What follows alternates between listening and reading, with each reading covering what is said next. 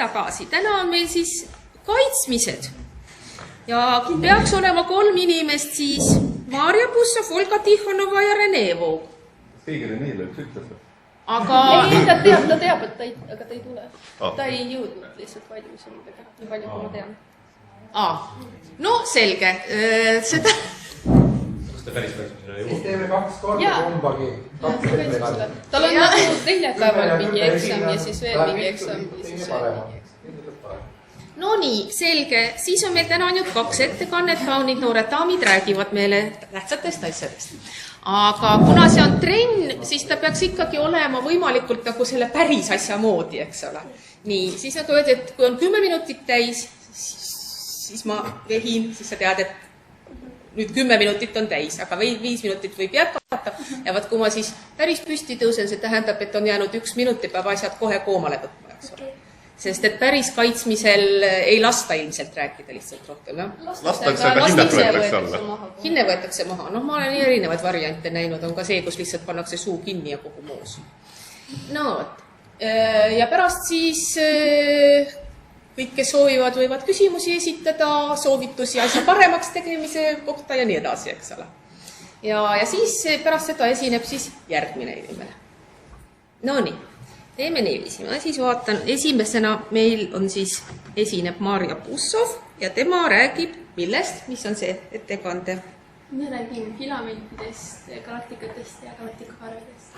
Niiviisi. Ja ma panen oma 10 minutit käima.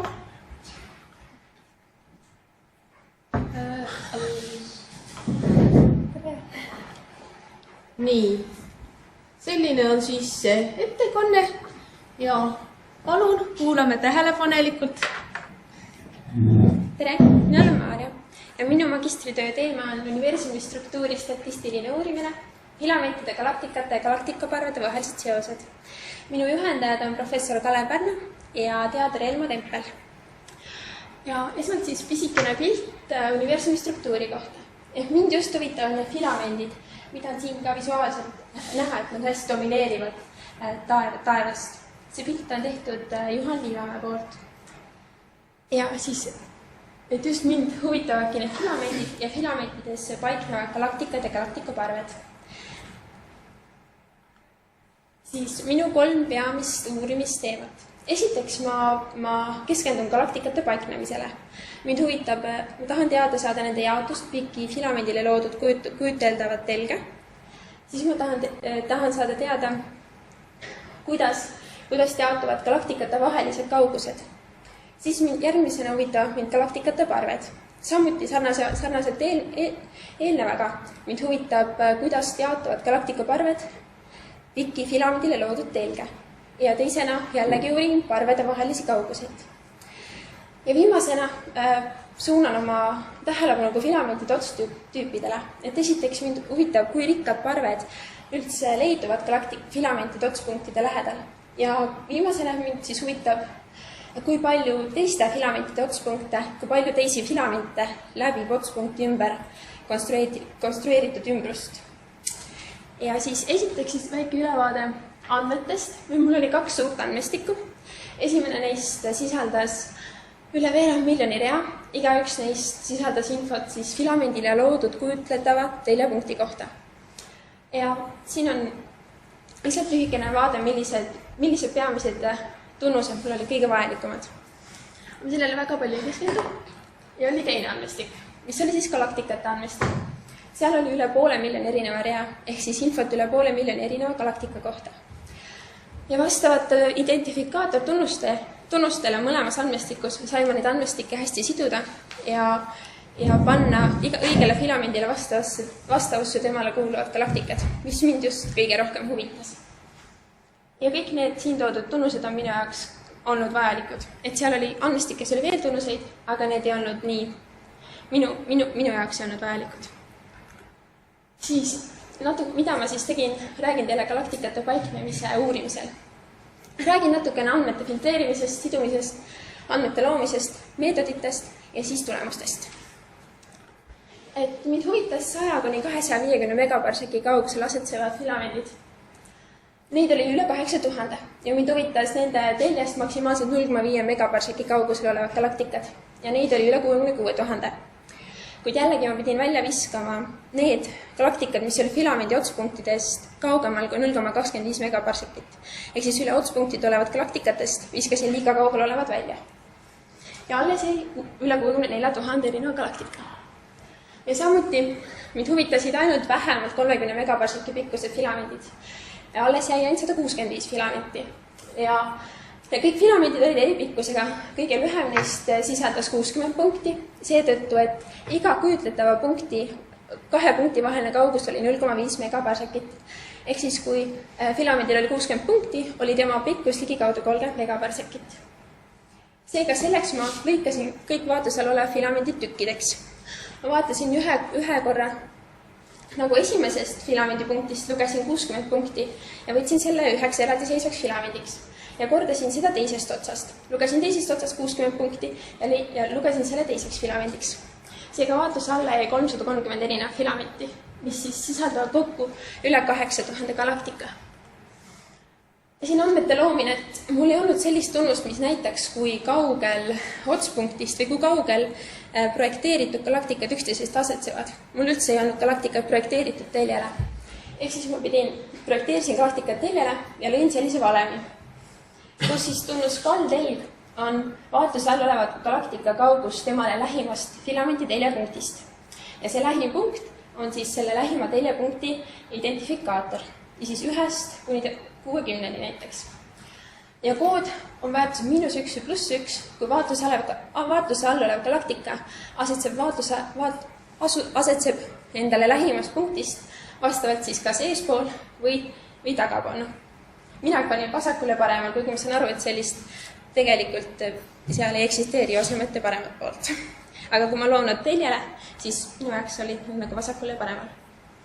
Ja selle tunnuse abil siis leidsin ma kõikide galaktikate kaugused otspunktidest igal filamendil. Ja selle abil siis sain leida kõikide galaktikate vahelised kaugused. Ja meetodid, mida ma kasutan galaktikate vaheliste kauguste vaatlemiseks, on paariskorrelatsiooni funktsioon.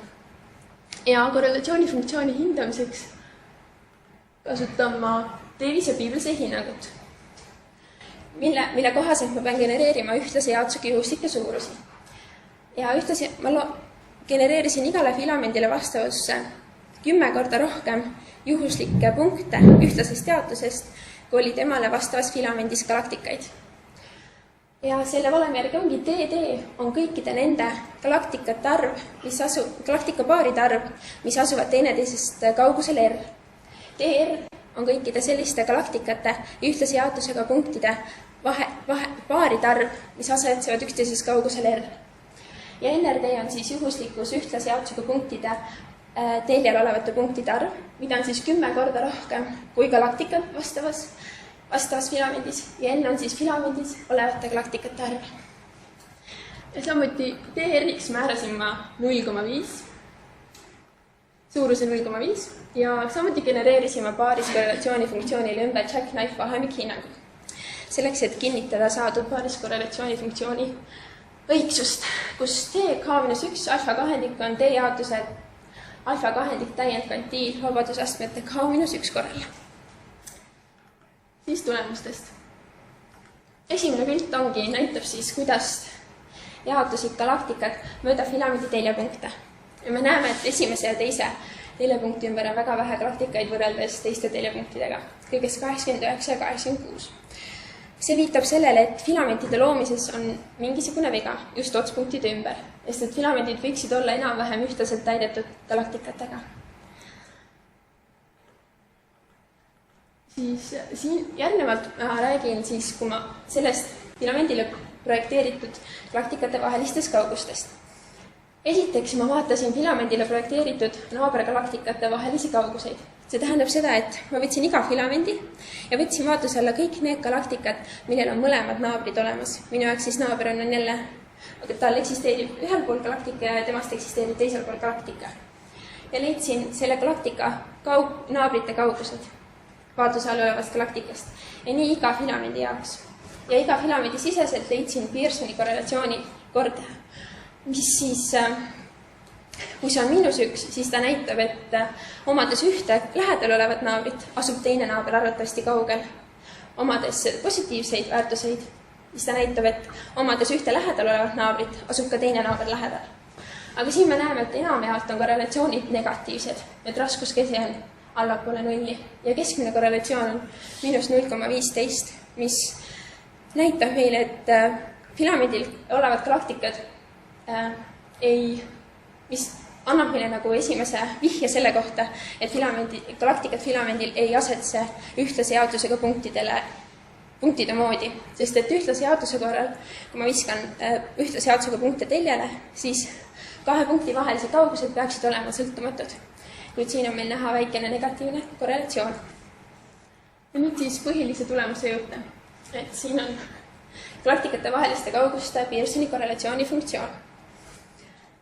Ja kõige huvipakkuvam koht on just see, et on paariskorrelatsiooni funktsiooni väärtus 7,5 kuni 8 megaparseki juures.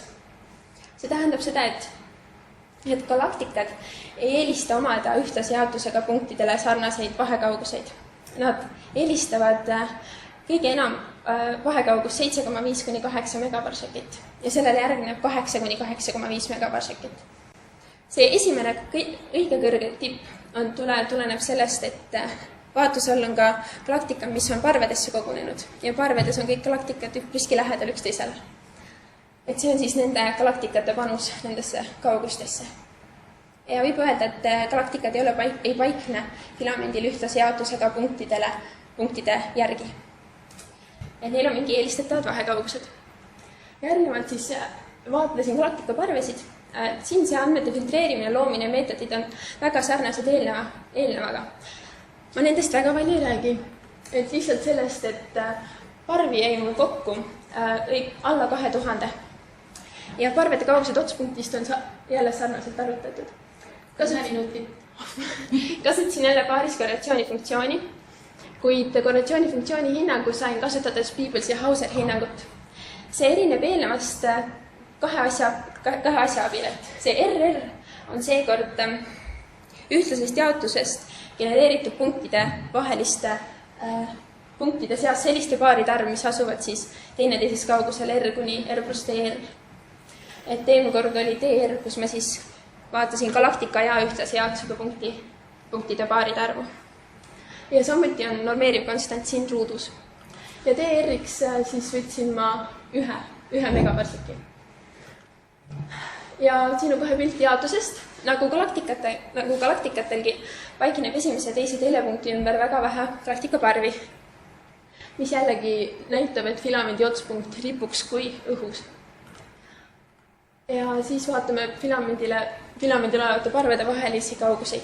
Siin on täpselt samamoodi leitud parvede naabrite kauguste korrelatsioonid.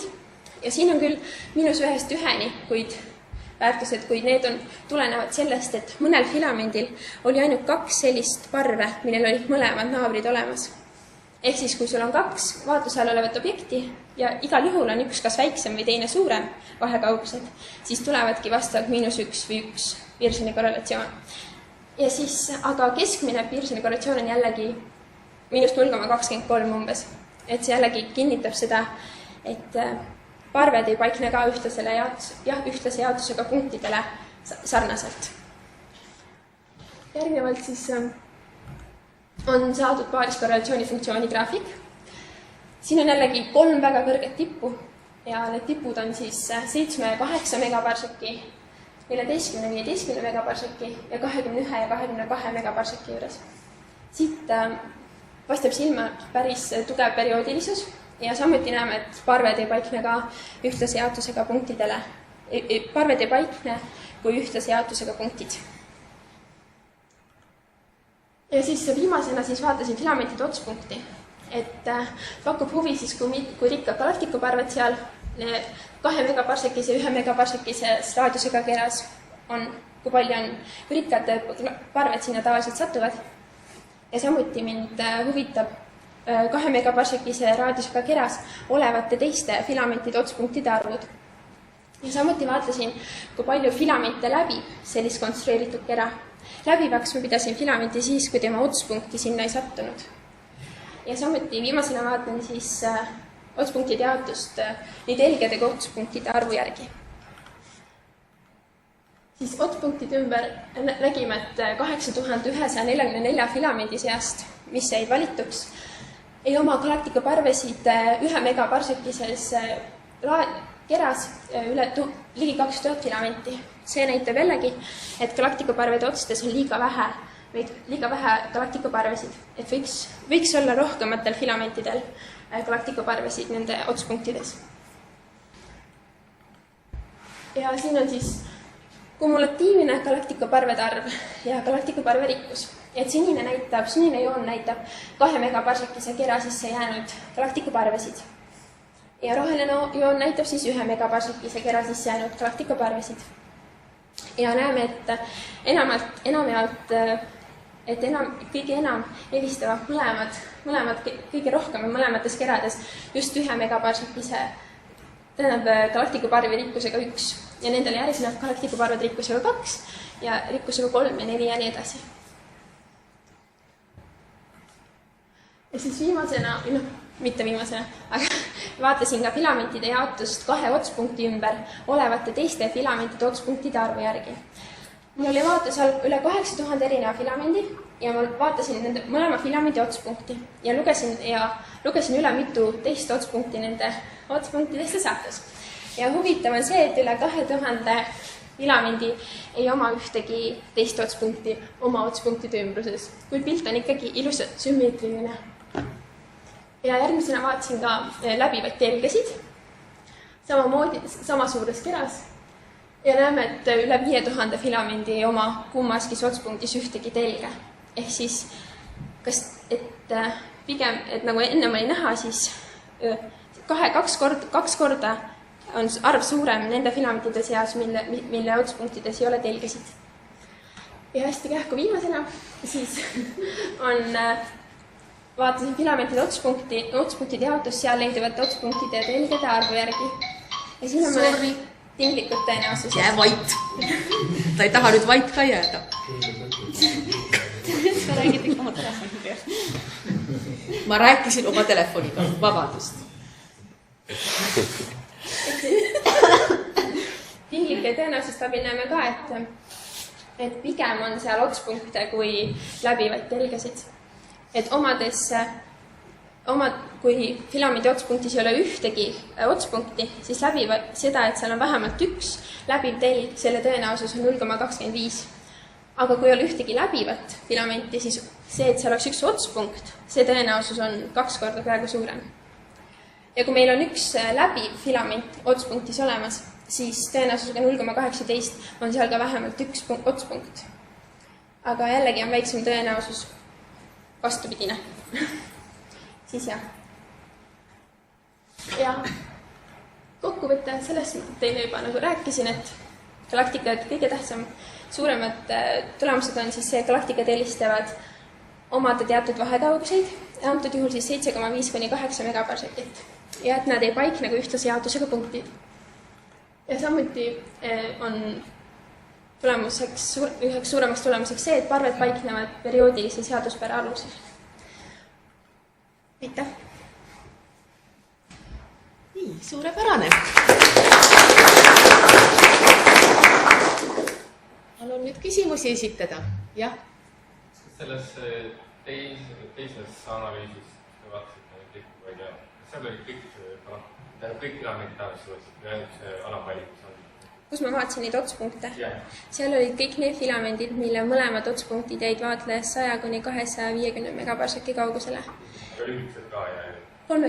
Jah, kõik. Kõik otspunktid, sellised otspunktid.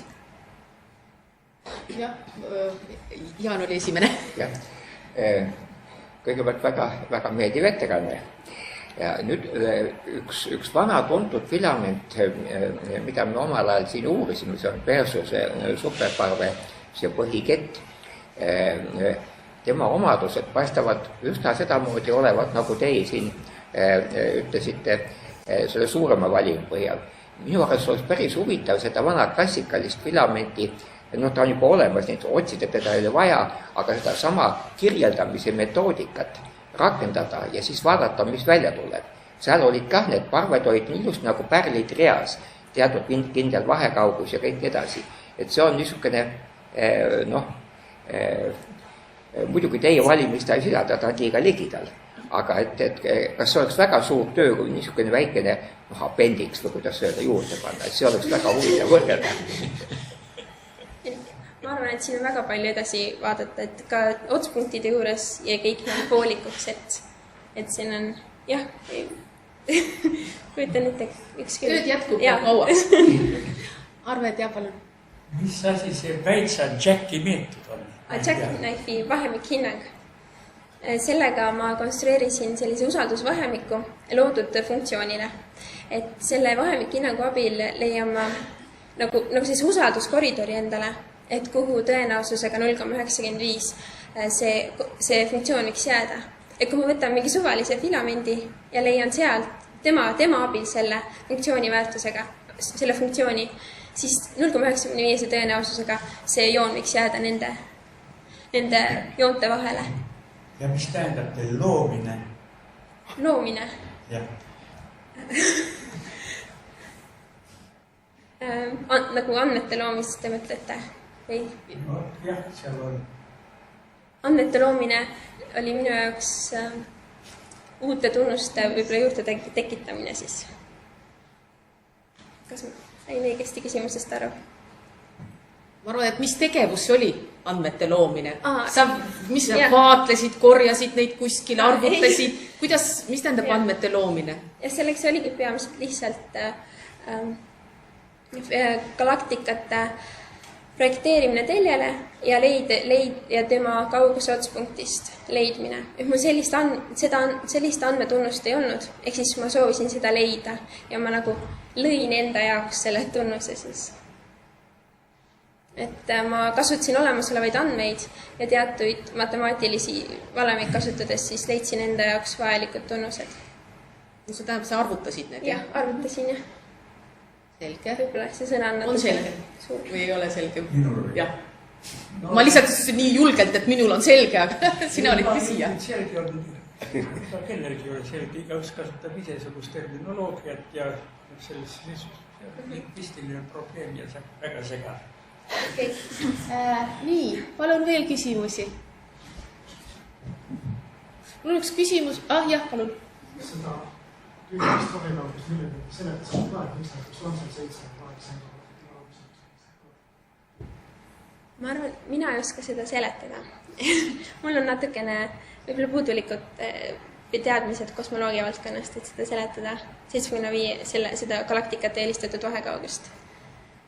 Aga ma võin kommenteerida.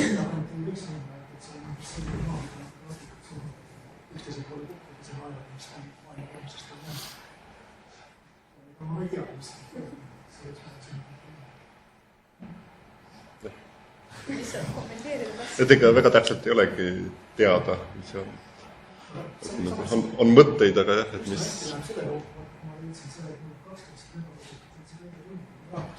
See ka tegelikult tuleb ilmselt sellest, et hakkab siis 7-8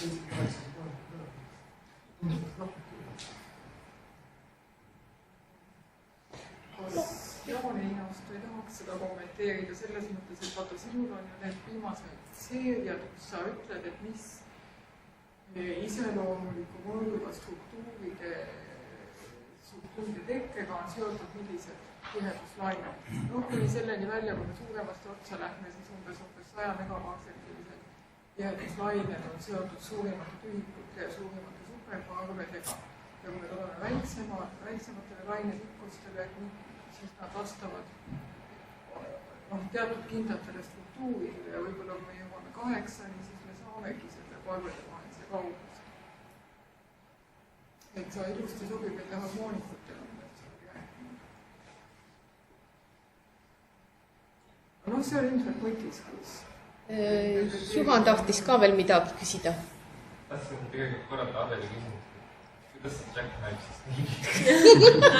Kuule, ma lugesin seda tükk aega Wikipeedias enne kui aru sai. Ma olen seda koos kuusikätiga. Ma ei tea, kuidas see käib, kuidas see käib. on võimalik näppudega seletada? Selle mõte on see, et kuna see mul oli, siis ma olin 330 filamendist. Ma võtsin selle hulga ja viskasin ühe filamendi välja ja arvutasin endale siis huvipakkuva siis funktsiooni, baariskorrelatsiooni funktsiooni. Siis arvestasin selle ära, siis viskasin järgmise filamendi välja ja arvutasin jälle ühe baariskorrelatsiooni funktsiooni väärtuse. Ja siis sa panid eelmise tagasi, sa viskasid kogu aeg ühe filamendi välja. Jah, et siis niimoodi seda iga filament korda siis korrates sain 330 erinevat baariskorrelatsiooni funktsiooni väärtust ja siis leidsin nende abil siis tuleb leida, seal on teatud skeem ja siis tuleb leida keskmine baariskorrelatsiooni funktsiooni väärtus ja siis sealt saab dispersiooni hinnanguid ja siis nende abil konstrueeritakse D-jaotuse täiendkvantiilide abil, siis tuuakse need barjäärid siis nagu nii-öelda. Peakoolidud. Jah, peakoolidud. Kahekaupa välja visata ka saaks või? No kui näiteks võtta... Ja rühma suurus on tegelikult valitav, mida sa, ma kujutan ette, välja viskad. Et ma võin võtta, kui ma võtan mingi üldkogumis, võin hakata ka mingeid väiksemaid selliseid nagu linnasid näiteks välja viskama.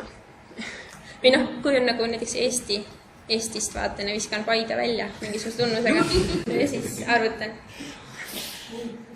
Neid meetodeid on palju. See Jackknife idee ongi ühe kaupa välja. Palun veel küsimusi. Mind huvitab üks selline asi, et kas ma sain aru, et nii-öelda filamendi otsad jäävad kõhnemaks? Kas ma sain õigesti aru? Jah, siin ilmneb, et otspunktid on tühjemad kui nad tühjemad. Aga mis selles halba on? Kas ei ole nagu vähe loogiline, et ta nagu hakkab vaikselt välja surema ja otsades ongi vähem, no ja siis pärast enam ei ole mitte midagi, eks ole? Miks pärast ta peab nagu vorst olema, mis siit lõikasime ära, eks? Ma arvan, et see sõltub nüüd meetodist, kuidas need filamendid on leitud. Et see on üks seletus, kui need võivadki reaalselt tühjemaks jääda, aga ma kahtlustan, et seal võib mingil määral olla ka selle meetodi eripära, mida mina kasutan. Aga põhimõtteliselt selline asi on ka võimalik, et ta lihtsalt vaikselt nagu kuivab kokku, eks ole. Et ma ei ole seda kontrollinud, kas seal on või ei ole. Minu tuletab see meelde, kunagi hästi ammu oli Eevik Tagoon esimene autor oli selline töö, pealkiri oli midagi niisugust, et prominence string of galaxies in Bootes Void või midagi selle taolist, kus nad kirjeldavad väga uhkelt filamentid, mis tühikut lihtsalt ära võttes. See ongi küsimus, kus see filament lõpeb, kas seal, kus galaktika on, või filament lõpeb seal? Et see on nagu see küsimus, et kui palju, et kus see filamendi lõpp on. Et kui ta on seal, kus on galaktika, siis ei ole filament otsast kunagi tühi. Seal on alati üks galaktika. Et praegu minu meetodil ma võin selle filamendi otsa panna kuni 2,5 megaparsekit isegi kaugemale, et ma arvan, et see on praegu see, mis välja tuli. Et ma olen otsa pannud liiga kaugele. Nojah, aga tegelikult ta võib ju tõesti seal hakata hõredamaks jääma. Siin on kaks eraldi küsimust. Üks on see, et kuidas sa defineerid filamendi kaasa arvatud otsa ja teine asi, et kui sa võtad reaalsed filamendid, kas filamendi otsas peaks olema mingi objekt, eriti veel mingi ikas palguskaga või ei pea. Ma ei tea nüüd, kuivõrd relevantne üldse see on, see peab juhendaja ütlema, aga mina mõtlesin seda, et kui inimene pole kunagi kuulnud sõna filament, siis ta kohe esimese pauguga ei saa aru, millest juttu. Et alguses võiks nagu kas või näpuga näidata, et vaat need asjad siin on filamendid, sest et meie oleme seda filament kuulnud üle ühe seminari, eks ole. Kas sellel esimesel pildil oli? No oli, aga võib-olla, seal olid, et sellel pildil on filamendid. Praktikate ahelad on nagu üldised. No jah, et kas või näidata või niiviisi. Narratiidel oligi ahel. Aga inglise keeles on see shine, aga millegipärast see sõna filament lõi läbi. Aga see esialgi meie ettepanek oligi ahel. Nii nagu kroon ja halogi. No ongi nii. Sest et muidu inimesed äkki ei saa üldse aru, millest see jutt on. Et siis on nagu Kuigi võõrsõnade leksikonis või Eestis on sõna filament olemas, seda kirjeldabki täpselt sellist asja. Füüsika instituudis võtta esimesel inimesel koridoris nööbist kinni ja küsi, mis asi on filament, sulle vaadatakse otsa väga imestunud näoga. Okei. No see on, hetkel on ta lihtsalt niimoodi välja kujunenud termin. Jah, aga seal on mitte ainult astronoomid, seal on ka füüsikud, kes ei tea seda termini, mitte midagi. Aga muidugi antud kontekstis algust võib muidugi ära defineerida, et oleks selge. Et oleks selge ja mis asi ta on. Kas on veel küsimusi või me lõpetame selle konkreetse kaitsmisega? Aga peaks ikka aplausi ka tegema. Ei no, kui keegi ei taha enam midagi küsida, nüüd plaksutame. Väga tore oli. Soovituste jagamine ei toimu. Mis? Minu meelest me soovitasime siin nii, et vähe ei olnud praegu. Et äkki keegi tahab. Veel soovitada. No lõpus soovitame siis veel, eks ole? Aga nüüd ma siiski, sul ei ole pääs. Ma nagu üritasin, ja kuigi sa üritasid venitada. Tuleb välja ikka, kõik on kavalad. Kõik on kavalad. Nii. Kas ta on sisse lülitatud üldse see asjandus? Väriseb nii. Nii.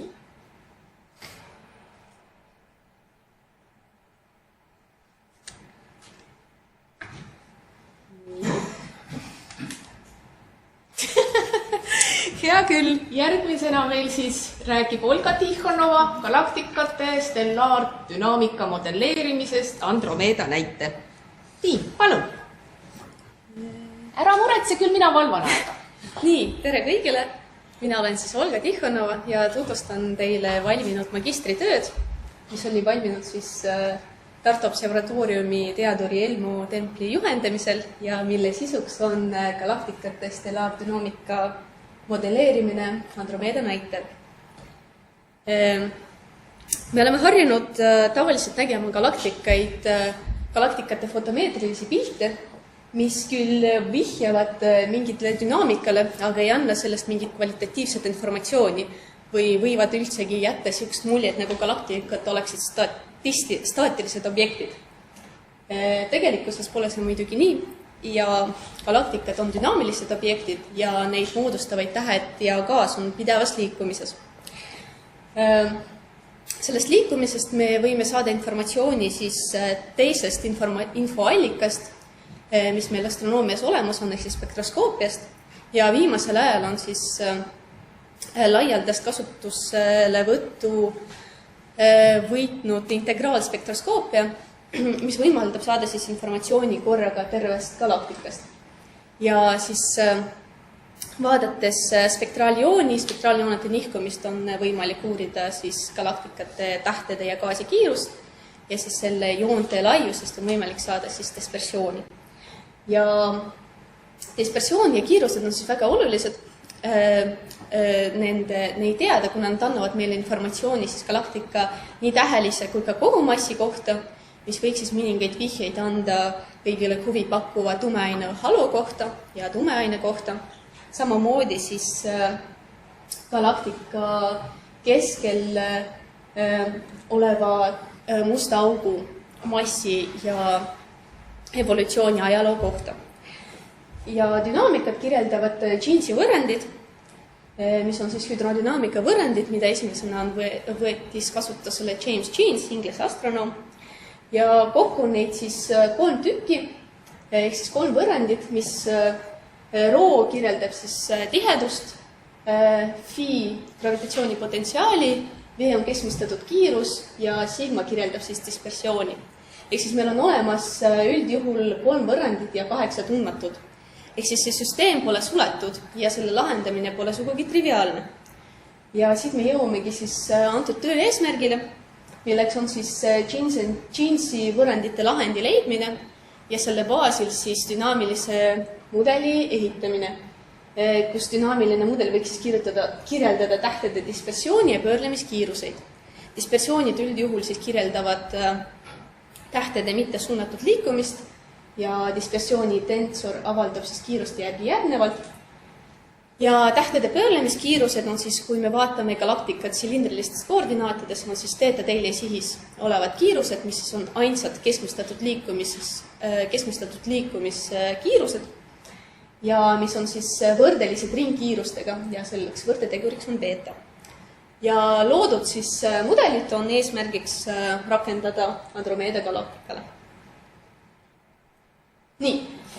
Kuna tegu on galaktikatega, siis on loogiline võtta ette mõningad eeldused, mis võiksid galaktikate kohta kehtida. Nad on muidugi lähendid, nii et päris reaalsus erineb nendest, aga samas annavad nad hea tulemuse siiski. Üks on siis statsionaarsus, ehk siis tuletised ajast on nullid ja teine on telksümeetria. Telksümeetria pakub meile siis ka loomuliku silindriliste koordinaatide valiku. Kui me neid eeldusid rakendame, siis meil jäävad alles ainult 2 Jeansi võrrandit. Kusjuures, kui me toome sisse dispersioonide suhted, mis on siis defineeritud järgnevalt, siis me näeme, et meil on võimalik saavutada sellist olukorda, et esimene võrrand sõltub siis ainult dispersioonist R teljesihis ja teine võrrand sõltub ainult dispersioonist Z teljesihist. Kusjuures siis need A ja B on siis need dispersioonide suhte teadaolevad funktsioonid. Teooriast me võime tuletada dispersiooni suhetele avaldist, mis üldiselt sõltub siis 4 vabast parameetrist A1, A2, B2 ja Z0. Kui me siis tagasi Jeansi võrranditele jälle vaatame, siis meil on olemas dispersioonid, mida me tahaks leida. Meil on olemas need dispersioonide suhted ja peale selle meil on olemas siis tihedus, potentsiaal ja pöörlemiskiirused. Idee poolest need 3 on vaatlustest määratavad, nii et lahendamisel need võiks fikseerida, aga töö eesmärgiks on saada ka pöörlemiskiirused. Nii et pöörlemiskiirused siis vaatlustest ei määrata, neid ei fikseerita antud töö raames, vaid võetakse see beta, mis läheb sinna kiiruse avaldisse samamoodi vaba parameetrina. Nii et meil on siis 2 võrrandit ja 2 tundmatud. Probleem on selles, et need võrrandid esinevad süsteemina, aga süsteemina nende lahendamine on liiga keeruline ja matemaatilise keerukuse siis tõttu pea võimatu. Sellepärast toimetatakse järgnevalt, et esimesest võrrandist avaldakse siis sigma R, teisest sigma Z ja siis kasutades dispersioonide suhteid ja neid vabu parameetreid, üritatakse neid dispersioone omavahel kooskõlastada, et nad koos siiski moodustaksid süsteemi. Seda kooskõlastamist tehakse multinesti programmi abil, mis on sisuliselt siis Bayesi statistika põhjal töötav riist. Nii, nüüd siis kui mudel on tehtud, siis rakendatakse seda Andromeeda galaktikale, kusjuures Andromeeda on siis meile kõige lähem asuv galaktika, mis moodustab siis koos meie galaktikaga enamiku kohaliku grupi massist. Ja tänu siis oma lähedusele on võimalik uurida siis need morfoloogia ja dünaamika aspekte, mis kaugematel galaktikatel ei ole nii hästi uuritavad või on lausa nähtamatud.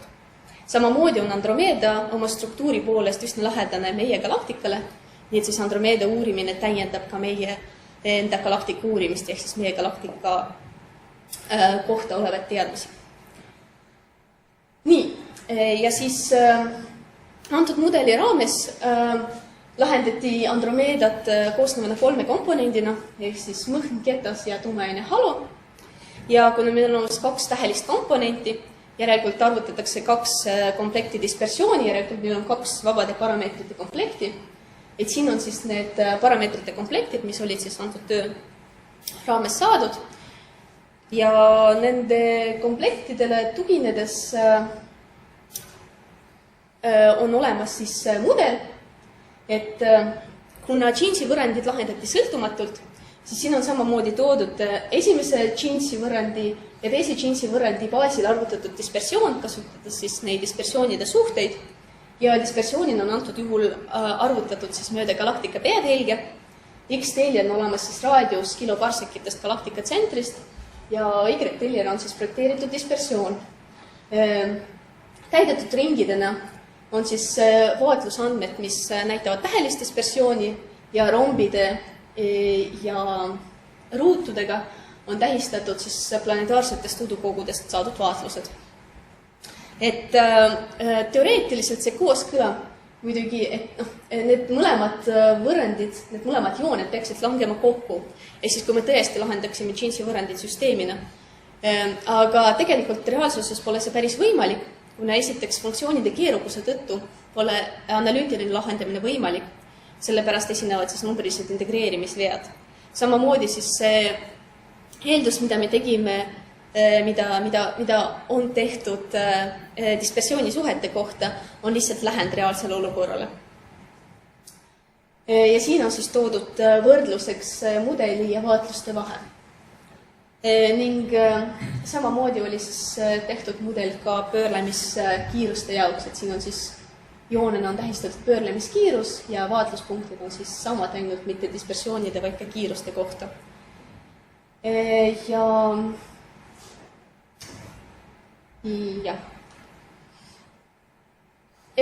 Kokkuvõtteks oli siis koostatud lahend Jeansi võrranditele, kooskõlaline lahend, mis oli siis rakendatud Andromeeda galaktikale ja saadud tähtede pöörlemiskiirused ja dispersioonid. Vau! 39 sekundit veel. Aitäh!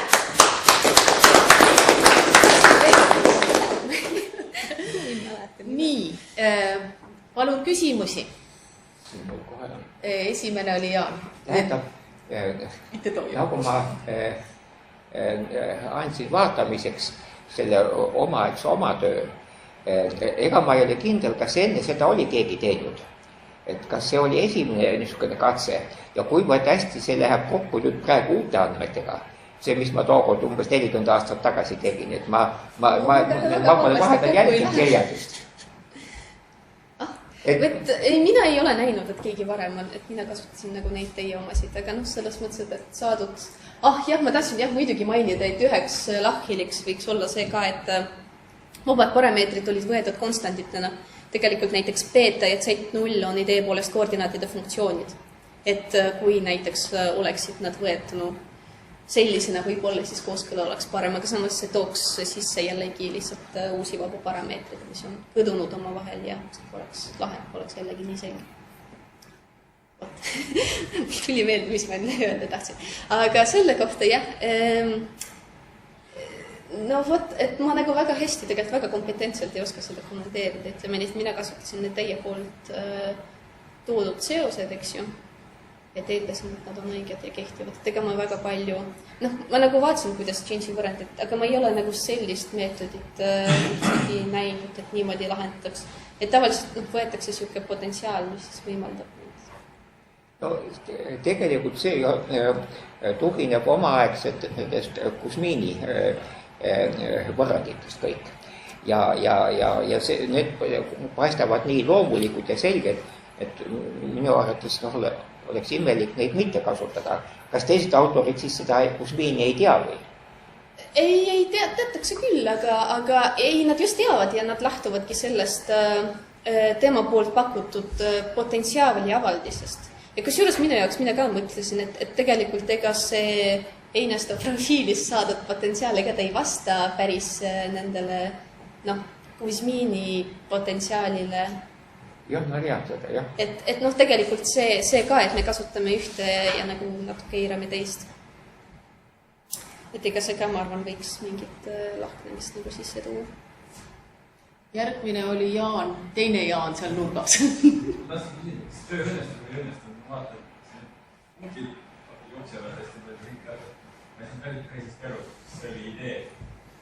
No, idee oli vaadata, et selles mõttes, mis on selle töö puhul huvitav, on see, et idee oli vaadata, kas selline lähenemine, ütleme, Jeansi võrrandite lahendamisele, et me lahendame neid sõltumatult, eks ju, siis võtame vabad konstandid, muudame neid, et see vahe oleks võimalikult väike, eks ju, ja kas me siis, et tegelikult selle töö juures ei olnud üldse vaatlusandmed kasutatud. Neid, ma mõtlen neid kinemaatika vaatlusandmed, eks ju. Ehk siis tegelikult polnud nagu arvamust, et kas üldse see suurusjärk tulebki õige.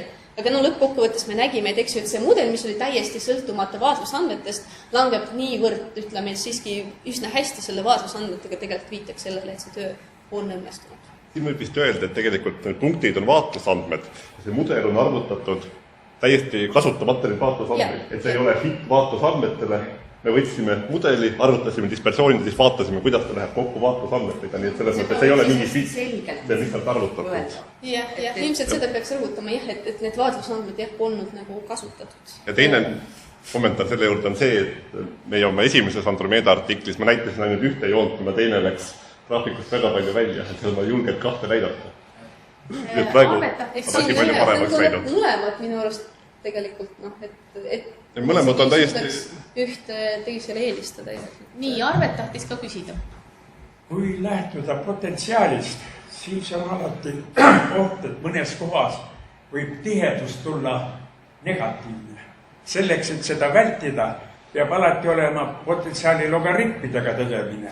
Siis negatiivset asja ei tule, siis kui ükskõik kuidas ja see on see logaritmnormaali põhimõte, et vältida negatiivseid tulemusi asjadel, millel positiivset ei ole.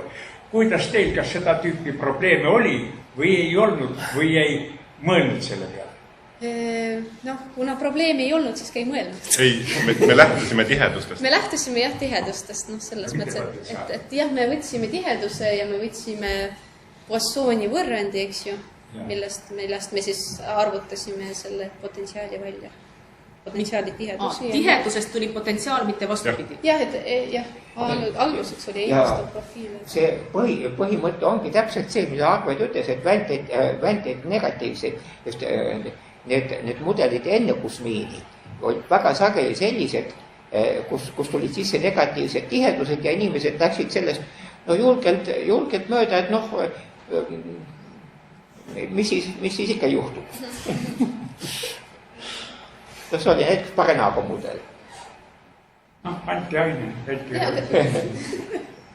Et minu jaoks on siiski nagu huvitav on mõelda selle peale, et kuigi see kolmas integraal siiski eeldab kindlat potentsiaali kuju, mida me nüüd rangelt ei kasuta, et kuivõrd see... Palun veel küsimusi? Soovitusi? Jah, soovitusi läheb. Märkusi? Üks märkus on see, et need paar üksikut kirjaviga võiks ära parandada.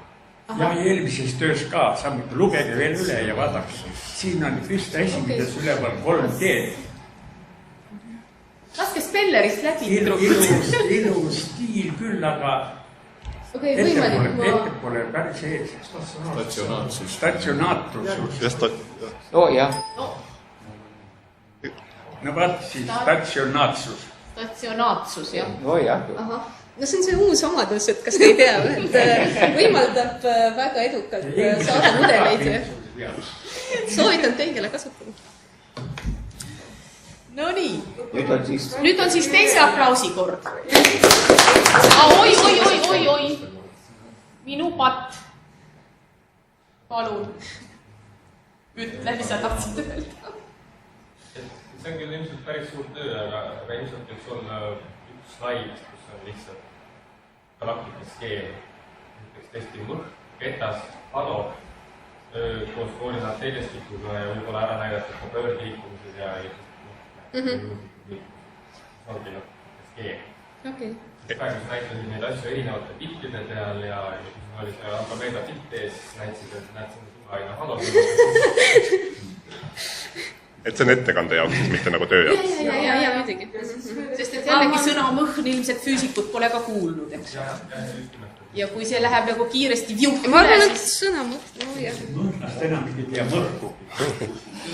Ja ettekande jaoks veel, et sa kasutasid küllalt palju niisugust umbisikulist tegumoodi, et tehakse. Ja, aga see on... Aga sa teed ju ise, eks ole. Ja siis jäi natukene, kui niimoodi ajameelsel kuulajal ja natukene selline mulje... Siis võiks nagu eristada, mida sina tegid ja mida lihtsalt tehakse. Mis on nagu üldteada. Mul on ka üks tehniline küsimus, kas see töö lõpuks tuleb orvistada inglise keeles või eesti keeles? Töö on eestikeelne ingliskeelse kokkuvõttega ka. Kui oleks inglise keeles, siis seda probleem mõhn ei tekiks juba. Marja, kas sinul tuleb ka eesti keeles? Töö ise? Kõik on eesti keeles. Aga muide, seda on mõte, kui tegelikult õlemaid töötajad võtad avaldada, aga muidugi ikka inglise keeles arusaadavalt. No, jah. Aga selle umbisikulise tegumoe kohta nii, et näiteks töö kirjutamisel on meil küll nõue, et see oleks umbisikulises tegumoes, et ma ei tohi öelda, et ma tegin midagi. Miks? Sest et see on küll imelik, eks ole. Väike ja tähtsusetu. See on ju sinu töö. Jah, aga see pole minu ainusena töö, eks ju. Heal juhul on see kindlasti koostöö Elmoga. eks ju, alustuseks, teiseks kirjandusega ja kolmandaks, noh, et mis ma sealt ikka ja tegin. loomulikult kirjutamisel on ka, eks ole, et alati saab kasutada umbisikulist vormi, noh, selles mõttes, et on tehtud. Et ma mäletan, et minul isegi üks retsensen ütles, et ma kogu aeg kasutan sellist meie vormi, et meie tegi. Et nagunii kõik ju teavad, et see tööautorid on need, kes asja tegi ja et tema soovitas nii palju kasutada tekstis umbisikulist vormi. No selles mõttes see on eraldus jah, et enda ja teiste tehtud. No, ja ütleme subjektiivse eelistuse küsimus, aga siiski, kui sa kogu ettekande ajal kasutad ainult sellist üldist umbisikulist vormi, et tehakse, siis natukene jääb mulje, et kas sa räägid, ütleme, kas sa retsenseerid mingit üldtuntud asja või sa räägid ikkagi tõesti omadest. Kummagagi ei maksa liiale minna. Ei no ikkagi komisjonil peaks ju tekkima selge ettekujutus, mida konkreetselt see inimene tegi, eks ole. Minu näiteks doktoritöö puhul esitas üks oponentideks konkreetse küsimuse, et palun loetlege, mida teie isiklikult tegite. Jah, see on õige ja teine asi veel selle sama, ütleme kas või selle mina või meie vormiga, et kui vaadata artikleid, et kui artikli on üks ainukene autor, tavaliselt on ikkagi läbi teksti, et meie tegi. Et seda kirja panna mustvalgel, et mina tegin, see on ikkagi väga-väga raske. Anti tahtis ka midagi öelda.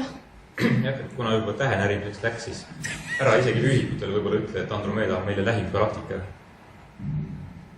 Lähem spiraalgalaktika, no jah. Linnutee on kõige lähem galaktika meile. Isegi suurem. Kuidas nagu selle filamendi otspunktiga, et kuidas sa selle defineerid, et kui sa oled ise galaktika sees? Me oleme siiski selle sees. Väljaspool linnuteed kõige lähem suur spiraalgalaktika on Andromeda. Võib-olla siis öelda mitte meile, vaid linnuteele kõige lähem. Jah. Lähim suurem naabrigalaktika. Jah. Kui sa ütled meile kõige lähem galaktika, siis see on ükskõik suur või väike, siis see on linnutee. Kui sa ütled meie galaktikale või meie naabergalaktika, siis on väljaspool linnutee. See on see filosoofia, et kuidas ennast Aga positsioneerida. ma tegelikult juhiks nüüd tähelepanu sellele, et oodatud on tähelepanekud ja märkused mõlemale tööle praegu, mitte ainult sellele viimasele. Et kui kellegi on veel meeles, mida ta tahtis soovitada Maarjale, siis on praegu õige aeg seda teha. Mina tahtsin ühte asja öelda graafiku kohta, et minu arust siis, kui sa ütled, et need on rohkem nullist allpool, et visualiseerimise mõttes sa võiks selle nulljoone sinna tõmmata, et siis on nagu kohe näha, eks ju, et nad on tõesti nullist allpool, et muidu ma võib-olla ei vaatagi nii palju. Aga miks siis ei või seda keskmist kohe tõmmata? Võib keskmisega Panna nulljoone peenikesed ja keskmise siis sinna rasvaselt ja punaselt. Ei, ma mõtlesin, kus need punktid on. Jah, ei, see võib keskmise joonega tõmmata. No keskmise võib ka, aga keskmine on arvutatud, eks ole. Null on arvutatud, keskmine on arvutatud. Muidu nagu punktid on ja siis see kuidagi läheb nagu veidi paljuseks. Nii, veel? Ei, sest slaidid on numbrid. Meile öeldakse alati, et slaidid on numbrid peavad olema. Peavad või? Kas peavad? No ma ei tea, et viidates, no võt, mitte see teine seal slaid, vaid see 5. Kui keegi tahab teha mingi küsimuse mingi slaidi kohta, siis ta saab öelda, et see oli 8. slaidil. Nii, veel häid soovitusi, no? Olga, kas sa näitaksid oma esimest ja teist slaidi? No okei, näita oma esimest ja teist slaidi. Nii, minu esimene slaid. Ja teine. Minu teine slaid. Aga kolmas? Ei, väga hea.